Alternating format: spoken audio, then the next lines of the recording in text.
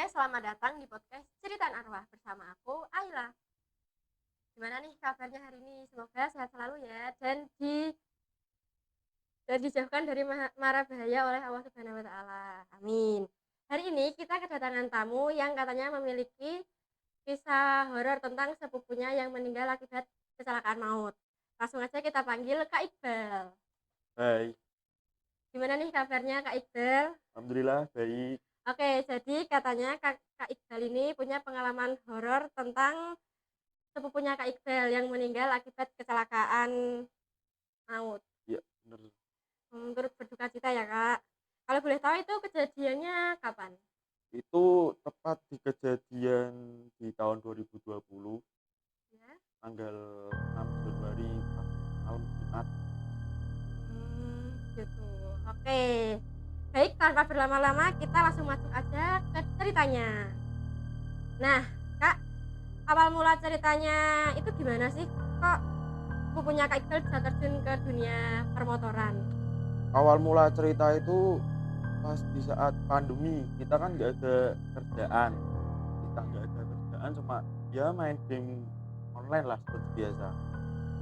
Itu tuh pas banget di depan rumah gang kita kan itu langsung jalan raya. Jalan raya itu lurus banget buat balapan bisa, buat trek-trekan juga bisa. Ya itu tuh di sana tuh kalau setiap malam Jumat sama malam Minggu pasti ada balap liar. Lah, saya sama teman saya ini inisiatif bilang, "Ayo kita nonton balap liar." Kita nonton balap liar, saya ajak almarhum kakak saya ini untuk ikut nonton juga. Nah, kita OTW lah ke sebut saya sebutin jalannya namanya kalau nggak salah BPK. Itu jalan BPK. Habis kita OTW ke sana, kita sampai ke tujuan kita. Kita parkir motor lah untuk, kita kalau tidak apa ya namanya, untuk terhindar lah dari polisi. Kita ngumpetin motor kita. Kita nonton di dekat pom bensin Budak Payung situ. Sekitar Kita jam berapa itu? kita OTW ke sana tuh jam 12 sampai sana paling jam setengah satu. Kita nonton itu ya seru-seru banget sih, kan namanya juga dunia balap kan, Iya. asik juga.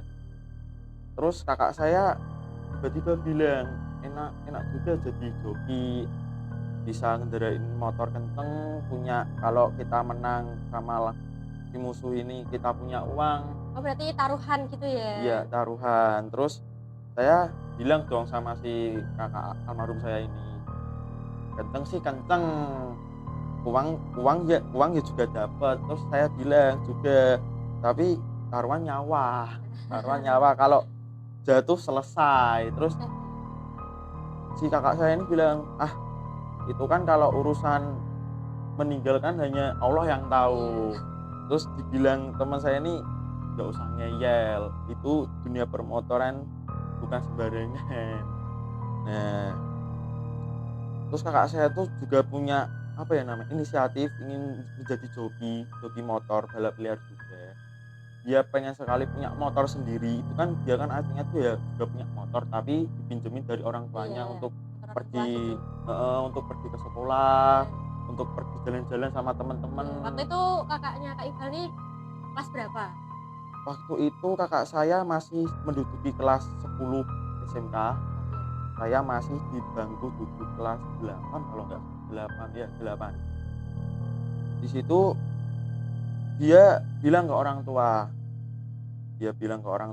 untuk dibelikan motor. Oh, iya. Dibelikan motor agar dia tuh dia kan kalau pakai motor orang tua kan dibatasi jamnya, Iya, dibatasi jam motor segini. matic itu? Ya matic, ya juga sih matic. Dia dibatasi sampai jam 10 malam kamu harus pulang. Oh, 10 iya. 10 malam kamu harus pulang. Kalau nggak pulang, mamah kunci nih. Mamah kunci pagar, kamu nggak boleh masuk. Dia mamanya bilang gitu. Lah, habis itu orang tuanya besoknya orang tuanya pas almarhum ini bilang untuk belikan motor, dibelikanlah motor second lah, motor bekas. Itu motor kalau nggak salah motor Beat tahun 2017. Oh iya, terus?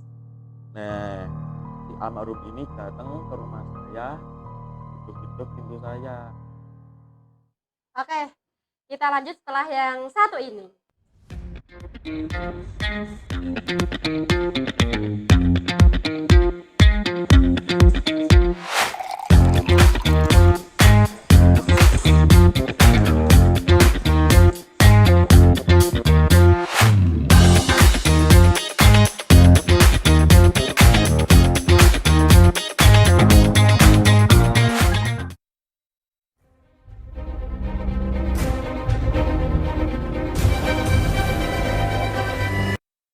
Oke, setelah dibeliin motor tuh gimana?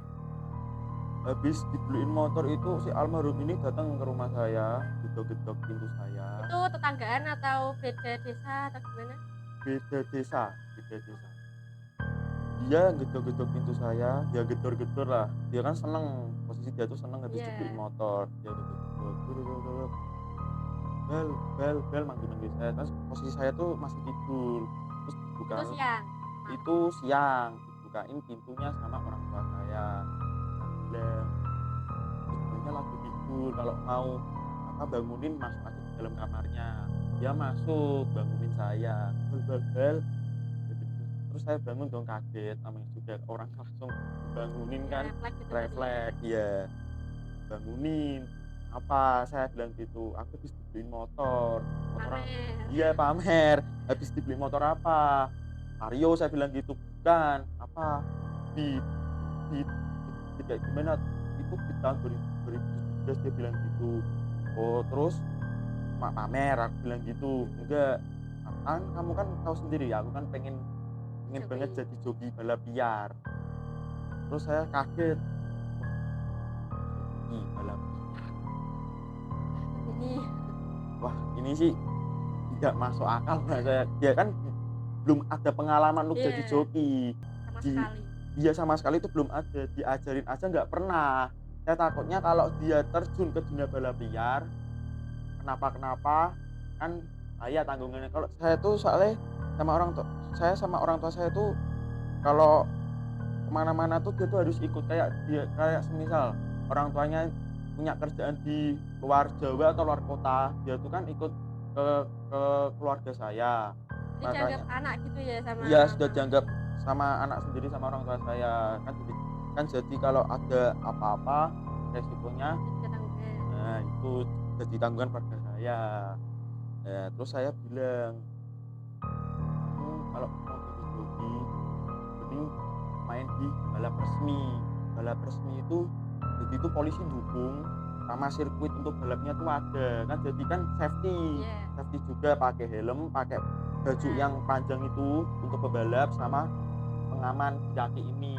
Itu kan safety, tapi dia tuh tetap kekeh untuk menjadi joki balap liar.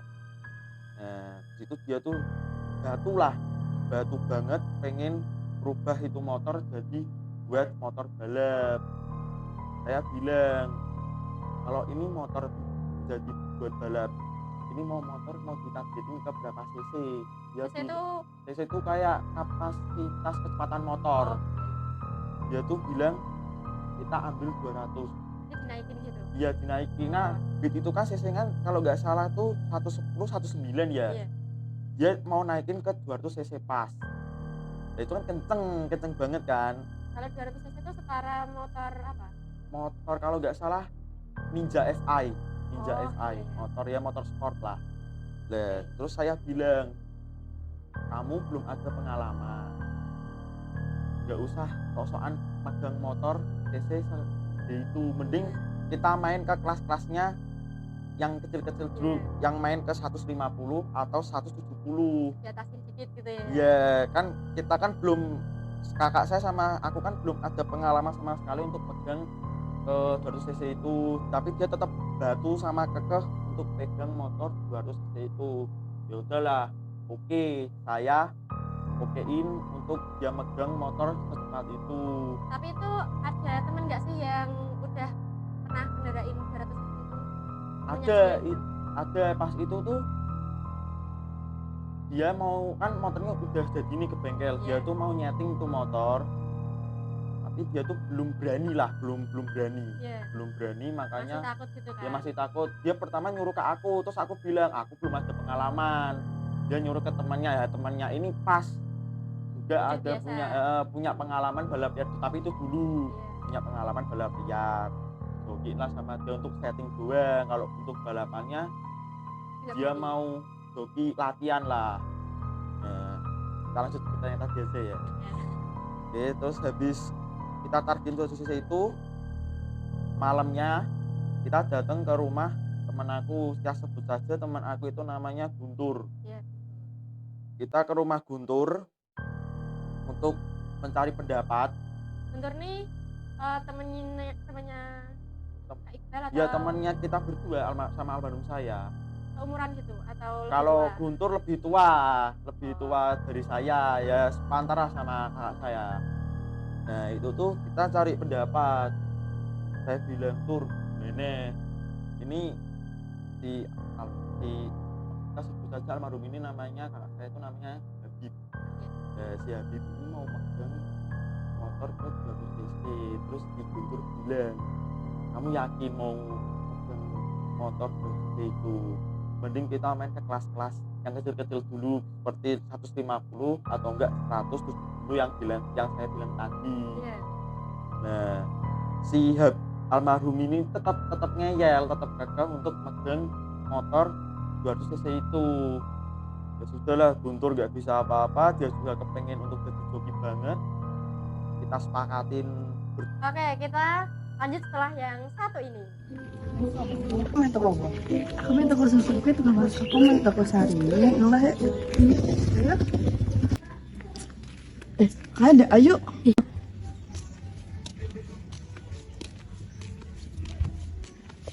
Sih kata aja, Masa iya? kok pangling banget aku ya? Aku pangling ini nih. Ada, ayo. Ya, aku tanya gue. Jajan ning warung. Lah kowe main ning endi? Ya wes padha ayo bareng.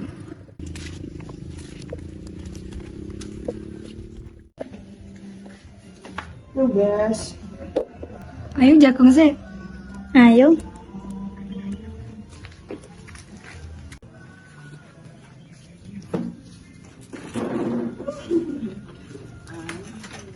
Ini tau ya, ayo. Aku ra pede ya. Tak pede berkelemu. Ya jagung lagi wis cerewete. Parah ya.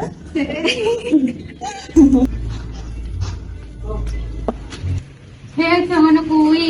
Body shaming iki jenenge ayo ki ada perasaan. Body shaming. Body shaming ki apa? Shaming itu perbuatan yang memberikan komentar buruk terhadap situasi, kondisi tubuh, atau rupa seseorang. Jadi, hargailah orang-orang di sekitar kalian bagaimanapun kondisinya. Karena di dunia ini tidak ada yang sempurna. Oke, terus gimana nih? Nah, habis itu besoknya kita taruh itu motor ke bengkel untuk jadi motor balap, semua kita rubah dari rangka, dari mesin kita rubah semua. Nah, beberapa minggu kemudian motor itu jadi. Kita cari lawan, temulah lawan ini dari asal kota Jogja. Kita main itu di kelas 200 cc sama. Itu kita main di jalan apa ya? Lupa saya kan bukan orang Jogja ya, Mas. Lupa itu pokoknya treknya itu lurus banget. Kita di situ sempat kayak magic kan kalau orang kan namanya disantet ya. Iya, Kalau iya. ini kan di dunia permotoran itu namanya magic itu artinya motor kita kayak diguna-guna lah istilahnya. Ditaruhin kayak sepatu gitu. Iya, start pertama itu padahal di bengkel itu pas setting pertama itu mesin udah mulus, nggak ada udah kayak motor itu jebol itu nggak ada. Udah bener gitu ya? Iya, udah bener pas start itu masih mulus. Start pertama, start kedua mulus, start ketiga itu tiba-tiba motor jebol. Ya langsung wah lepas nih, uang kita kades, saya bilang gitu. Taruhan itu. Itu taruhan, ya lumayan banyak lah itu. Nah, kita taruhan, habis itu kita bongkar ke mobil namanya tuh kalau nggak salah mobil pickup, kita bongkar di sana itu mesin, dan saya kaget. Pas saya bongkar ya motor itu ada blok seker itu yang namanya itu kayak ibaratnya jantung Oh, motor iya, lah, iya. jantung motor. Kita kita buka, di situ kita nemuin kain kafan sama belantung satu. Wah, Oh. saya di situ langsung magic. Ini kita di magic TV, tapi kita nggak berani ngomong ke Waduh. lawannya. Ya siapa tahu kan Kan dia gitu. bukan dia, siapa tahu kan ada orang yang tidak suka sama kita. Nah, di situ Jadi itu balapan di Jogja, di bukan Jogja, Semarang. di Jogja. Di situ kita gagal lepas, besoknya kita cari hotel untuk nginep dulu. Ya bukan hotel sih, kayak namanya tempat penginapan lah, sekilas mirip-mirip hotel. Balapan kedua ini langsung kita lepas, kita menang besoknya. Kita cari ya beberapa bulan kemudian kita cari lawan lagi, nemulah di Semarang. Itu langsung balapan, langsung ya balapan. Ya langsung balapan. Di situ kita nemu orang Kali Banteng Semarang, tempatnya di Kali Banteng, kita balapan di situ kan. Kali Banteng itu kan ada jembatan flyovernya di atas, kita balapannya di bawah. Iya, iya. Kita balapan di bawah dan sempat di situ, wah kalau disebut percaya nggak percaya ya, si almarhum ini sempat ngelihat sesosok apa ya, kalau nggak salah tuh ya Ilana, dia tuh katanya bilang tuh Sekilas gitu. sekilas. Jadi ini kan start, ini musuh, ini tuh dia. Di sini tuh Berarti kayak ada tiang. bukan cuma berdua gitu balapannya. Bukan, Rame. kita rame-rame.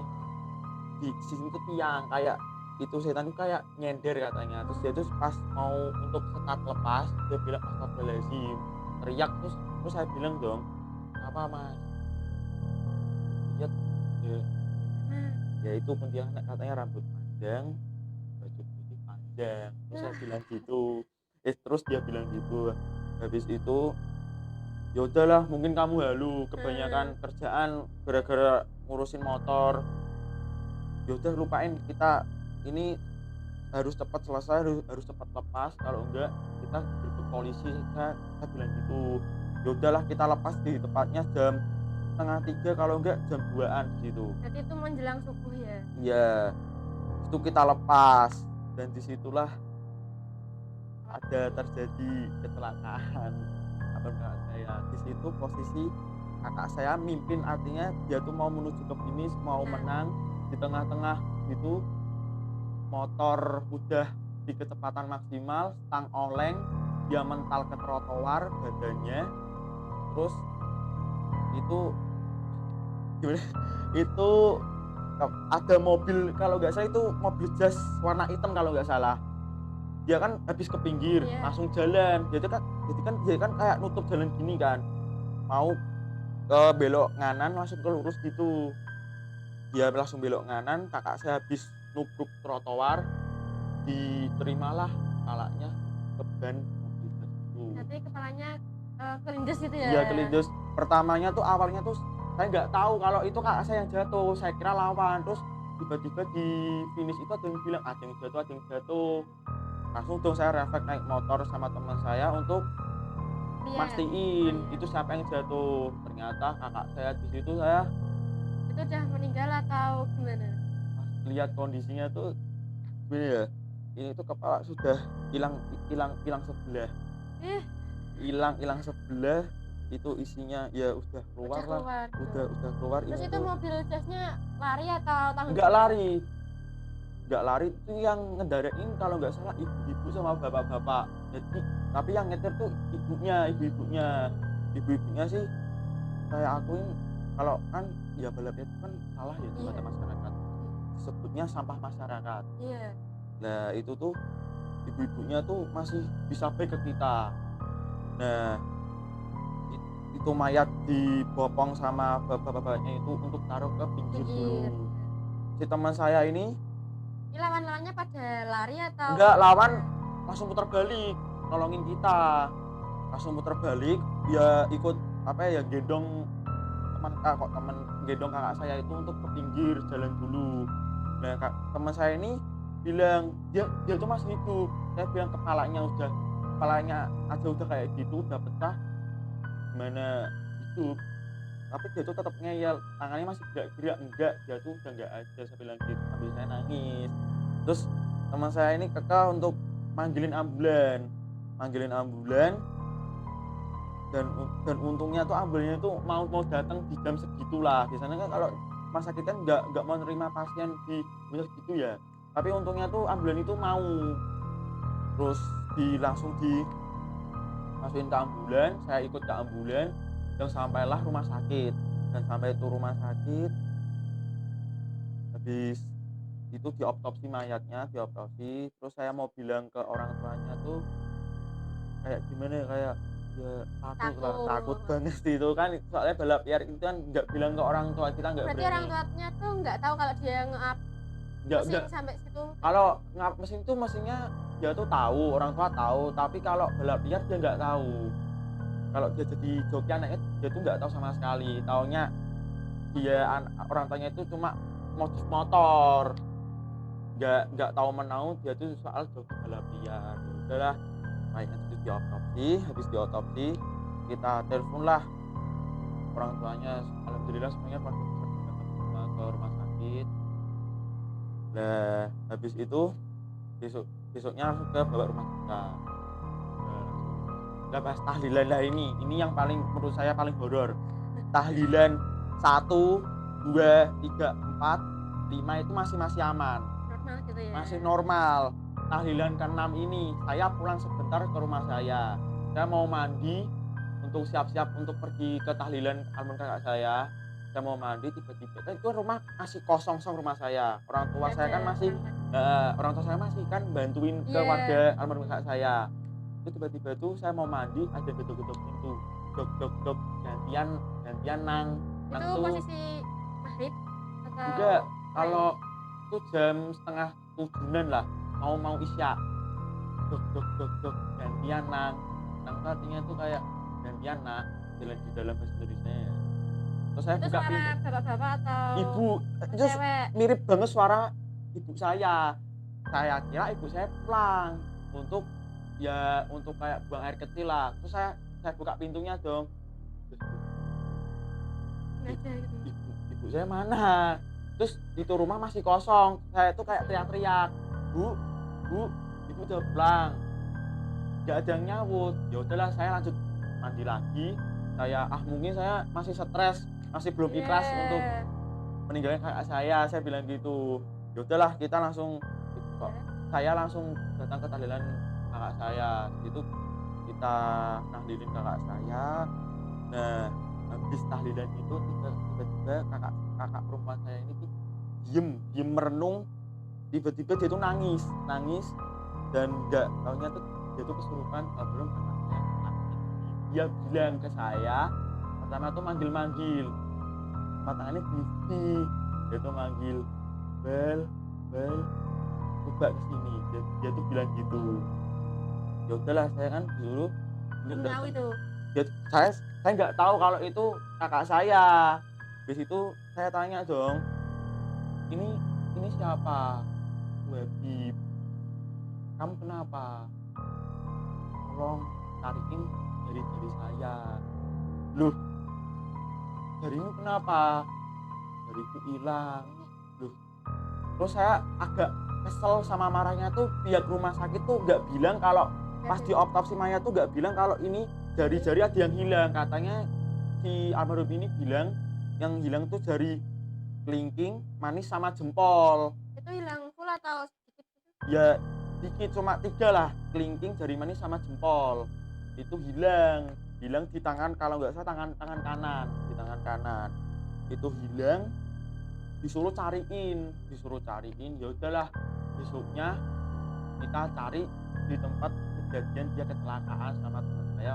Nah, kita cari itu sampai berapa jam nggak ketemu sama sekali. Ya udah, kita inisiatif untuk ke pasar untuk beli kembang bunga, kita taburin dia bekas kecelakaan itu, kita buangin ya untuk hiasin lah, kita buain biar dia tenang di alam sana, di alam barunya. Nah, habis itu tuh malam ketujuh dia datang lagi untuk nagih itu jarinya dia tuh nagih dia ngerasukin kan, yang pas malam tahlilan ke-6 itu dia kan ngerasukin kakak perempuan saya. Yang ke-7 ini dia ngerasukin ibunya sendiri. Ibunya sendiri dia tuh nagih ke saya, mana jadi saya, kok kamu nggak nyari ke tempat kejadian saya pas kecelakaan. Terus saya bilang ke almarhum kakak saya, aku udah nyari bareng-bareng sama teman-teman itu, jadi masih belum ketemu sama sekali. Aku tunggu sampai kamu nemuin kapanpun itu. Dia tuh bilang kayak gitu. Ya udahlah, sampai di tahun 2024 ini sama sekali kita nggak nemuin itu jari. Nah, Terus sampai saat ini tuh masih nyari tuh jari-jarinya.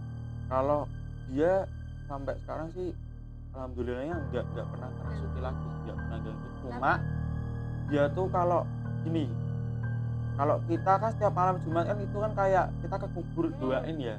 Kalau kita nggak ngedoain, dia bakal, tapi dia tuh bukan ngeganggu atau usil, bukan.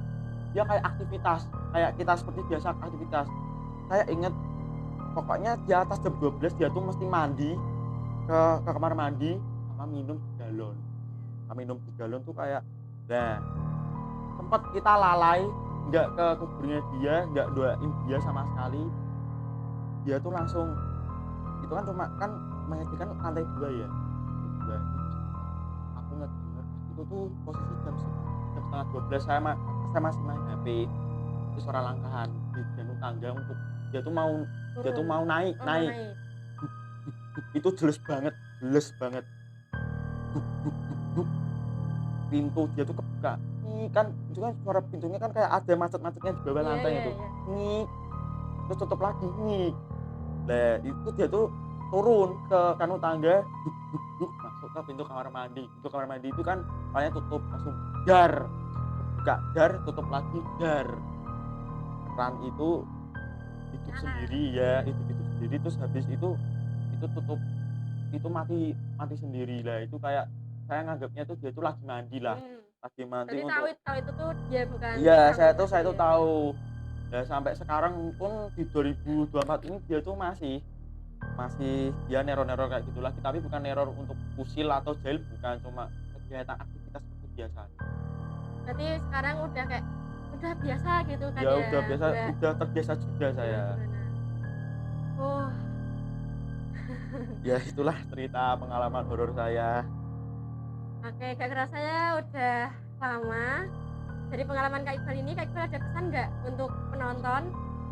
Ya untuk penonton ini juga, kalau kalian mau balap liar, mending janganlah, kita ke balap resmi aja yang didukung oleh aparat dan disediain sirkuit untuk balap dan dikasih safety juga, helm juga. Mending kalian semua ikut balap resmi aja daripada balap liar. Lebih lebih safety, menjaga keselamatan kita. Oke, terima kasih Kak Iqbal udah datang di podcast kita hari ini. Ya, sama-sama. Dan sampai jumpa.